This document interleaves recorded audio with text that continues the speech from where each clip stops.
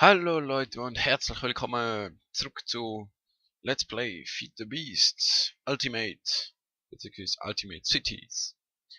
Ich muss mich immer noch an den Titel gewöhnen, aber wir sind da in der Idylle von unserer Peat Farm und ich habe leider müssen feststellen, dass die nicht ganz lange.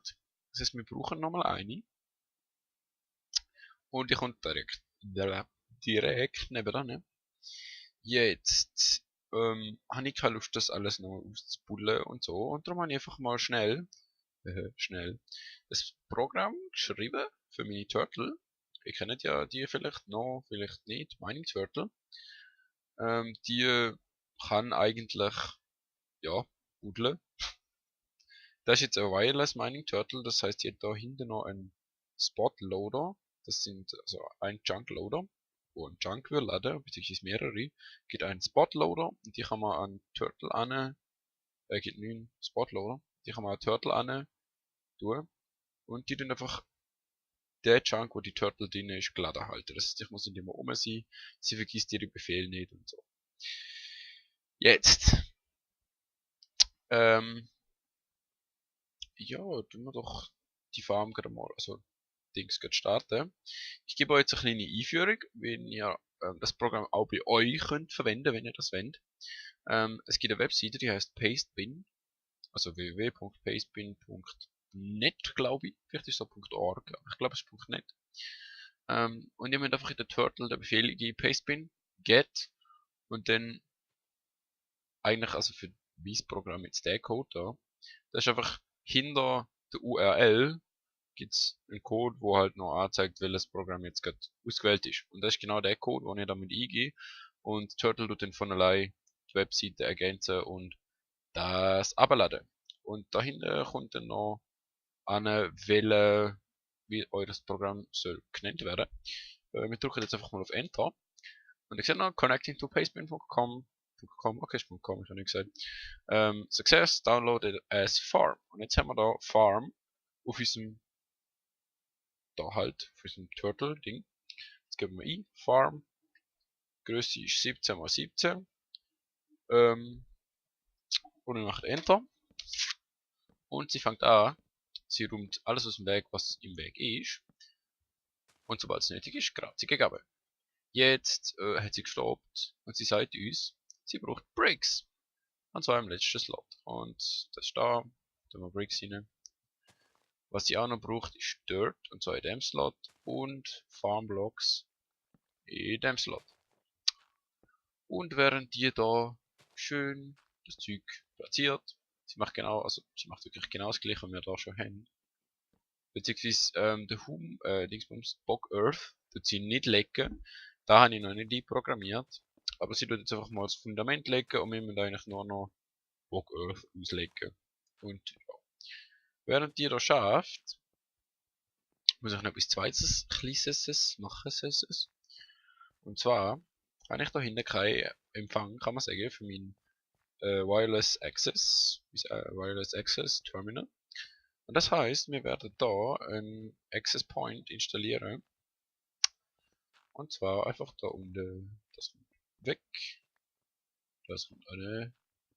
Und dann kann man noch 16 Wireless Booster, das ist das Maximum, rein, wo machen, dass die Reichweite ein bisschen grösser ist, weil sonst ist die Reichweite ziemlich klein. Und jetzt haben wir auch da schönen Zugang zu unserem ME-System. Yes! Gut, wie ihr ja gesehen, jetzt, ich weiß nicht, ob das in der letzten Folge noch drin war oder ob ich es in dieser Folge zeigen wollte, die Farmen da wären eigentlich schon fertig gewesen. Fast. Praktisch fast ganz fertig. Wir haben aber ein Problem gehabt, wenn ihr am Anfang gesehen habt, dass da mein Haus, da der Junk da, also beziehungsweise ich blende es jetzt ein, kurz, suche den Fehler. Ja, ich bin auf den Server gekommen und habe das so vorgefunden. Denkt sich einer, ha, Welt, also ich bin da so gestanden, so im Gras, und denke, oh, wieso ladet jetzt das nicht? Das ist doch voll komisch. Dann bin ich rumgelaufen und habe gemerkt, oh, es ist geladen, voll komisch. Ja, es sieht aus, es hat sich ein ganzer Chunk, das ist genau ein Chunk da, neu generiert. Und zwar, wenn er am Anfang war. Frage mich nicht wieso. Ich weiß es nicht. Auf jeden Fall wird ein neues Backup aufgespielt. Also das Backup von der Welt aufgespielt. Und bis dann kann ich einfach nichts machen. Darum verzögert sich die Folge auch ein bisschen. Auf jeden Fall, wenn ihr seht, das geht. Also, ja. Wir haben einen schönen Wasserfall, yay. Wir haben ein paar so Psychorium-Sachen da.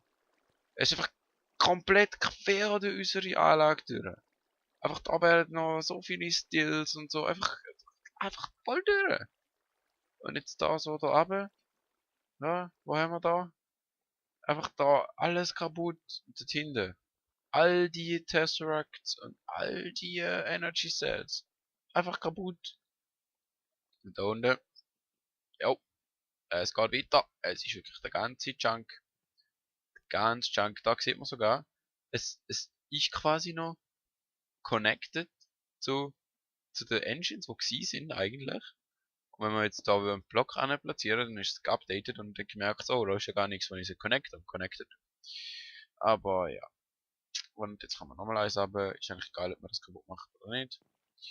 Auf jeden Fall, okay, vielleicht ist es doch nicht so egal gewesen. Egal, zum Beispiel spawnen halt. Hey, wir haben Diamanten gefunden. Hey, 1, 2, 3, 4, 5, 6. Wow. Und da haben wir halt Zombies. Und ja, es ist wirklich komplett einfach da drüber. Finde ich äußerst toll. Wirklich, also. Ich habe noch nie so was Tolles erlebt. Mal schauen. Es ist einfach ein Chunk. Da haben wir noch eine Lava. Da haben wir noch mehr Lava. Ist ja nicht so, es hätten schon genug Lava da. Ja.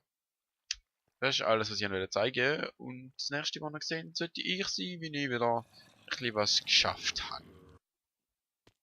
So, wir sind wieder da. Dass der Chunk weg war, beziehungsweise sich erneuert hat, was auch immer. Und das heißt, wir müssen ein Backup laden. Und das Backup ist von, gerade wo wir den Server gezügelt haben. Und das heißt, das hier ist alles noch nicht gemacht gewesen, und das hier auch nicht, da habe ich noch von Hand wiederhergestellt. Und Gott, hoffe, da hört man nicht. Ist gerade ein Heli durchgeflogen. Auf jeden Fall ist jetzt alles wieder nicht mehr. Und das müsst ihr jetzt alles noch nachkaufen. Da habe ich jetzt einfach gerade überhaupt keine Lust. Und unsere Turtle macht das ziemlich gut, wie es aussieht. Finde ich gut. Gut machst du da, Turtle. Und ja, während die Turtle ihrer Beschäftigung nachgeht, gehen wir unserer nach. Und das wäre, zuerst einmal Farmblocks nachliefern, weil die Turtle braucht 100 Farmblocks. Also ein so ein Ding ist einfach 100, weil es ist, fuck, jetzt, es ist immer so eine Sache, Zugang zu dem Ding zu bekommen. Weil, das ist halt 5x5 Feld und es geht 4 in die Tiefe und dann halt 5x5 gibt 25 und 5x4 gibt 100. Tada, wow, Kopfrechnerkünstler und so. Aber wir begeben uns jetzt als andere Ende von, ja, von halt dem, wo wir normalerweise arbeiten. Und dahinter haben wir ja unseren Stadtplatz, Stadtzentrum, whatever. Und wir haben noch überhaupt nichts an der Stadt gebaut. Und das heißt ja nicht immer so Ultimate Cities. Und das werden wir jetzt in dieser Episode anfangen. Wir werden ein bisschen an dieser Stadt bauen. Zuerst einmal werde ich da den Weg noch verlängern. Was wir rundherum bauen werden, sehen wir dann noch. Dann wird da der Weg auch noch gegen hinten gehen. Es wird eine Brücke drüber gehen und eben nicht heute oder nicht in dieser Folge, aber später wird dort hinten werden Felder vielleicht noch kommen. Oder Tier. Ich glaube eher Tier. Weil dort hinten haben wir Felder und Gemüse und so Zeug und da haben wir Tier. Und das geht über die Schlucht. Die Schlucht bleibt. Also die wird nicht zugemacht. Vielleicht würde ich unten noch ein bisschen was machen. So zum Beispiel Brücke von Mineshafts und ganz zuunterst noch ein bisschen Lava. Habe ich mir schon ein paar Sachen überlegt. Ha. Und ja, ich glaube, ich fange mal mit dem Weg zum Haus an. Und wir sehen uns wieder, wenn ich das da hier gebaut habe. Kurzes Update von unserer Turtle. Sieht gut aus. Schon fast fertig.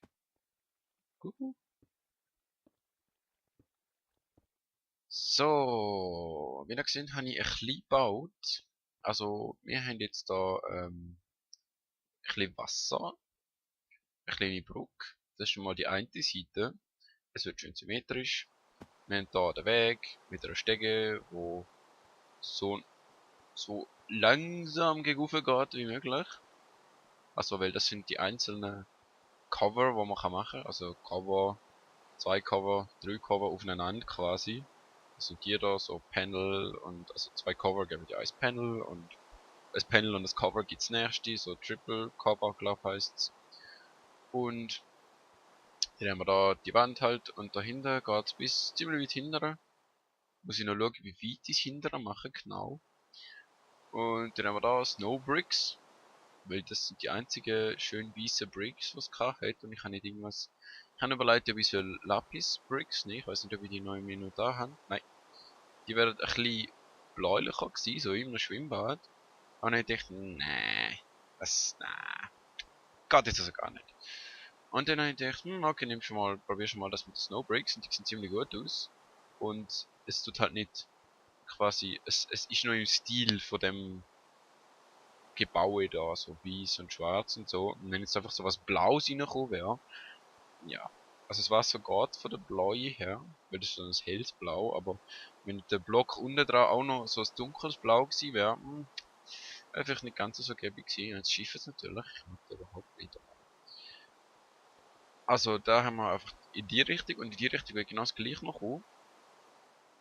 Und die Lichter da, das sind ja Lampen da, die werden in der Nacht an sein und unter Tag aus. Für da müssen wir noch einen Lichtsensor machen. Und den zeige ich euch jetzt gerade, wie man den macht. Also, da braucht man zuerst einmal ein Silicon Bowl. Das ist einfach Sand und Kohle. Ich glaube 8 Kohle und 8 Sand. Bin nicht ganz sicher. Dann brauchen wir ein Diamond Handsaw mit. Es gibt zwar auch noch für die anderen Edelsteine, also Emeralds oder Saphir oder Rubin, aber nur mit den Diamanten kann man Silikon schneiden, scheinbar. Frage mich nicht. Machen wir mal einen Stack von denen. Jetzt muss ich kurz nachschauen. Ich glaube, ich muss es einfach mit Lapis oder nein, mit Nikolite, genau. Wir brauchen noch Nikolite. Geben wir ein. Nikolite. Ich hätte das zwar auch vorher schon können machen, aber um ehrlich zu sein, ich habe es vergessen. Aber egal. Tun wir mal 16 rein. So. Und das macht das jetzt. Und dann müssen wir es einfach halt noch. Ja. Kurz warten. Was brauchen wir sonst noch? Stone Wafer und Stone Wire. Die kann man ja, die macht dieses ME-System für uns. So, gehen wir da rein. Zack. Dann war es da in der Mitte, das kommt mal weg. Ups. So. Stone Wire brauchen wir eine. Da für uns. Und Stone Wafer haben wir schon. Ups. Ist genug. So, und wir haben einen Lightsensor. Ich muss einfach noch schauen, wo das ich den hin tue. Weil, wenn man dann neben die Lichtquelle hin tut, dann, ja, dann tut er nicht. Weil, also er tut schon, dann flackert er nämlich. Weil dann bekommt er quasi das Lichtsignal vom Licht und sagt sich, oh, es ist Licht. Und dann tut er aus und nachher merkt er, oh, es ist dunkel und dann schaltet er sich wieder an und das ist ein bisschen doof. Ein neues aber. Irgendwo da sollte jetzt das Kabel kommen. Theoretisch. Dort. Ich habe da so Marble Bricks, Jacketed Wire. Jacketed. Die sind nämlich ziemlich praktisch, weil die stehen von allein. Also, das ist quasi Redstone Kabel, wo nicht an der Wand an muss. Also die kann man auch einfach so gerade rauf. So, schon praktisch. Und ich kann eigentlich auch ohne Spitzhacke abbauen, fällt mir die, aber egal. Hier tun wir jetzt mal, ups, aber das da an. Jetzt haben wir einfach ein Problem. Und zwar brauchen wir da noch Ice Red Alloy Wire, weil die können sich nicht von allein verbinden, also man braucht da noch so eins. Und jetzt frage ich mich gerade, ist richtig, ist richtig. Jetzt sind die da aus und in der Nacht, wenn es dann dunkel wird, dann werden die wieder angeholt. Das ist schon mal gut, vorläufig. Okay, den gehen wir jetzt mal noch hindern, weil unsere Turtle ist mittlerweile fertig. Der Regen könnte endlich mal aufhören. Ich bin fast versucht, meine Gotteskräfte einzusetzen. Aber ja, ich weiß nicht. Soll ich? Nein, soll ich nicht. Ist doch egal. Es regnet halt in Minecraft, das passiert halt manchmal. So, jetzt haben wir da. Jetzt schön bauen. Bin immer noch stolz darauf, dass ich das programmiert habe. Wenn Eigenlob stinkt, kann man dort wieder einsammeln. Wo ich sicher nicht genug Platz habe. Da, gut, super, toll. Dankeschön. Aber das mal so sorgen. Danke. Jetzt brauchen wir Farm Blocks. Und zwar einmal das Control. Einmal Gearbox. Einmal Hedge. Eigentlich brauchen wir 2 Hedges. Wenn ich das mal so darf sagen. Dankeschön. Dann brauchen wir noch, also zuerst mal wir die einbauen. Also ich mache es normalerweise so. Zuerst einmal muss ich schauen, dass ich nicht gerade alles kaputt mache. Zum Beispiel so. Wow. Normalerweise tue ich Gear, nein, Control. So. Tue ich oben dran, ne? Weil die braucht man eh nicht. Das ist eigentlich nur, damit man es mit einem Redstone-Signal ausstellen könnte. Und das Redstone-Signal muss von der Seite kommen, wo das Control quasi raus schaut. Das heißt, da mal von oben. Und weil man ja meistens von oben zugreift und unten dran ist halt ein bisschen blöd, dann bin ich es einmal von oben. Dann gehen wir am Geschichte mal irgendwo ab. Ich weiß gar nicht wo. Gehen wir da ab. Weil dann haben wir einen Zugang. Gehen wir da durch. Ich weiß gar nicht wo das ist durchgeht, ehrlich gesagt. Was ist jetzt denn da? Okay, wir sind. Es ist vielleicht ein bisschen dunkel. Let me grab some glowstone. Because glowstone is awesome. So. Nehmen wir da Glowstone. Ich gang weg. Und pappe das einfach mal dahinter an. Jetzt sehen wir da, das ist unsere Farm. Gehen wir noch um 2 ab. Normalerweise kann ich einfach um 2 ab. Dann habe ich da so einen 3er-Raum. Und wie häufig Minecraft-Spieler die Leute wissen, 3er-Räume sind das Beste. Also wirklich. Weil, keine Ahnung. 2 ist zu niedrig und 4 ist einfach zu hoch. Oh. Whatever. Also so in Bezug halt auf einem selber. Als Minecraft-Figur. Weil man ist quasi ich glaube ein bisschen weniger als 2 Blöcke hoch. Und wenn halt der Raum 2 Blöcke hoch ist, dann fühlt es sich so, als würde man gerade den Kopf anschlagen. Wenn er 4 Blöcke hoch ist, dann ist der Raum einfach nur 2 Meter hoch, das ist auch nicht so gäbig. Darum 3 Meter oder 3,5 oder 2,5 Blöcke, da geht auch noch, also mit so einer Half-Slab oben dran. Oder halt 3,5 Blöcke, ich glaube das liegt auch gerade noch im guten Bereich. So, jetzt sind wir da fertig. Jo. Jetzt. Normalerweise, also früher habe ich es so gemacht, dass ich alles in der Mitte habe. Mittlerweile mache ich es in der Ecke, das heißt in einer Ecke kommt die Gearbox, in einer Ecke kommt... Es tut mir leid für die kleine Unterbrechung. Ja, ich bin gefordert worden, das Heldentelefon hat geläutet. Aber ich habe die kleine Unterbrechung auch genutzt, um euch ein bisschen hier und her gelaufen und was auch immer zu ersparen. Also ich habe jetzt mal alles angeschlossen. Das hier ist das ME-System, das angeschlossen ist. Da geht es rein, da geht es wieder raus aus der Farm. Dann haben wir da oben dran die Gearbox mit der Energy Cell, wo einmal 600.000 quasi speichert. Genau. Und weil die Farm niemals 100 braucht, also ich kann das voll aufstellen. Wenn sie 100 braucht, dann sucht sie 100. Aber wenn sie noch irgendwie 5 braucht, dann tut sie auch nochmal 5 nehmen. Darum wird die wahrscheinlich eher nicht leer werden. Und falls sie mal einen Energieausfall haben, werden die Farmen weiterlaufen.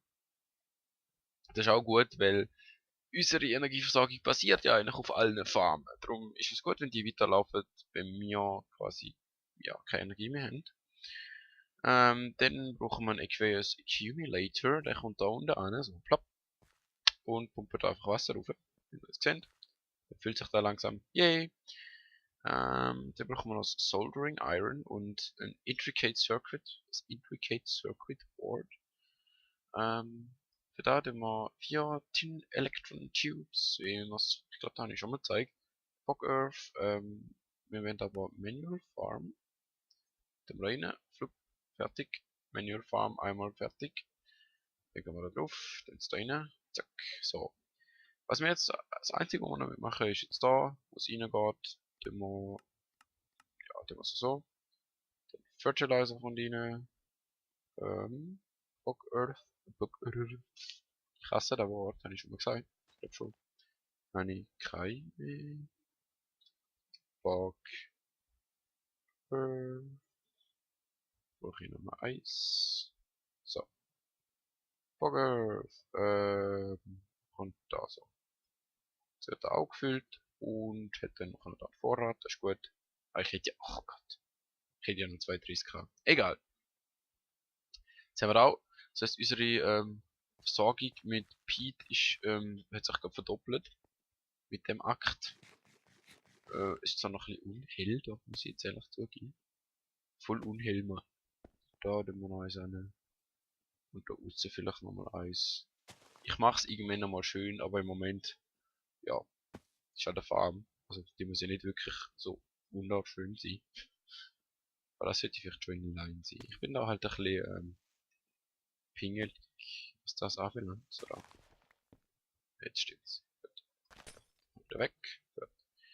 Jetzt haben wir das geschafft. Dann werde ich mich einmal, ja, die machen wir irgendwann auch noch, aber ja. Das ist halt immer so eine geckele Arbeit. Man muss dann wieder die Farm aufbauen, genau das gleiche wie dort wieder machen. Und für jede von diesen Farmen brauchst du 10 Minuten. Und vielleicht mache ich die einfach nach und nach. Im Moment brauchen wir nicht mehr Wheat.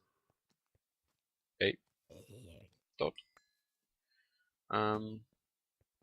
Und ich tue jetzt einfach mal da noch ein bisschen weiterbauen. Das heißt, ich mache die andere Seite noch. Wow. Ja, lade. Mach die andere Seite noch. Zeigen wir mal noch kurz, wie das bei Nacht aussieht. Leuchtet da? Oder leuchtet da nicht? Ich habe das Gefühl, da vorne leuchtet nicht. Und da hinten irgendwie schon. Wieso? Tun wir mal das da hier weg. Okay, also Dings funktioniert. Warum das es da geleuchtet hat, weiß ich auch nicht. Vielleicht ein Lichtbug. Auf jeden Fall so sieht es in der Nacht aus, schön beleuchtet. Ja, das hat Style, also das kann man jetzt echt nicht sagen. Wenn das Haus auch mal noch fertig ist mit dem zweiten Stock, wo ich nicht genau weiß, wie ich ihn bauen.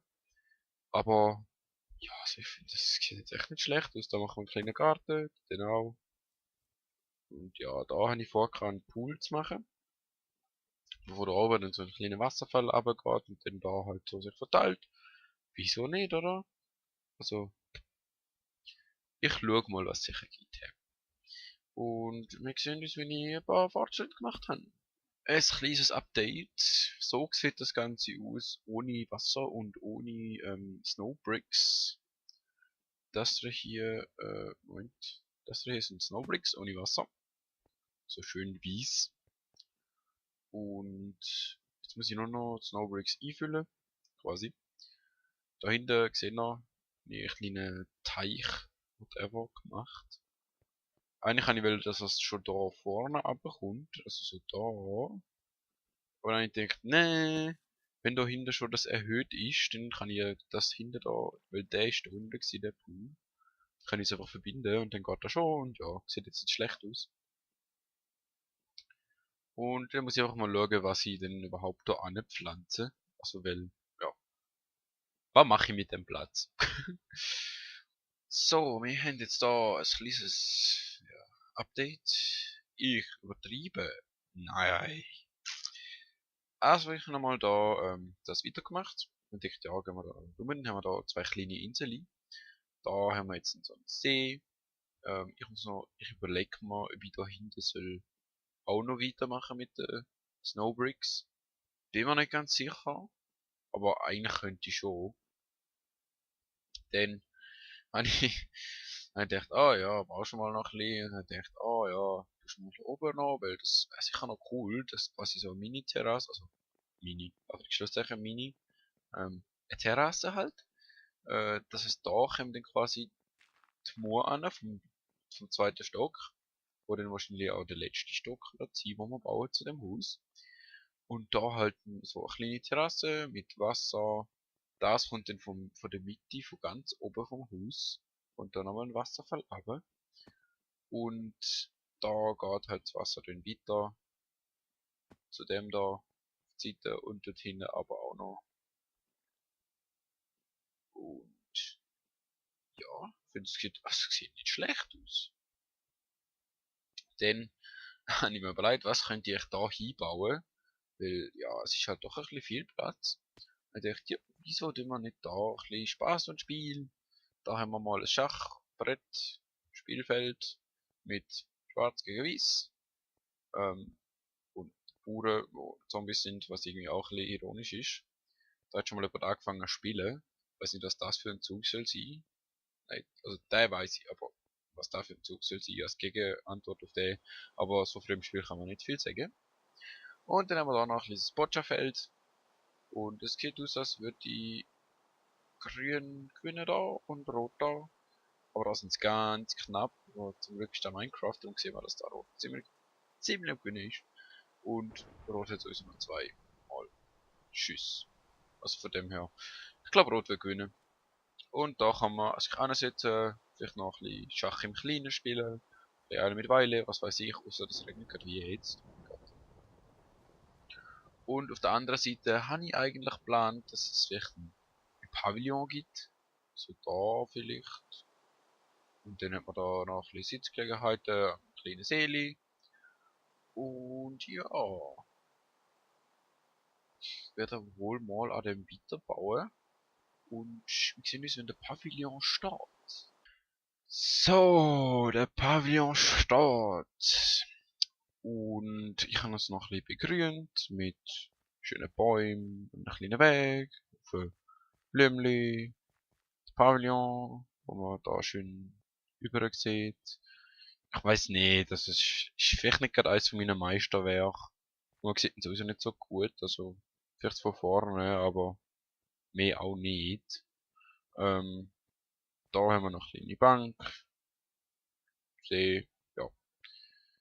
Das ist eigentlich alles noch zusätzlich. Also falls ihr noch den Pavillon wollt sehen, von so Beat und so.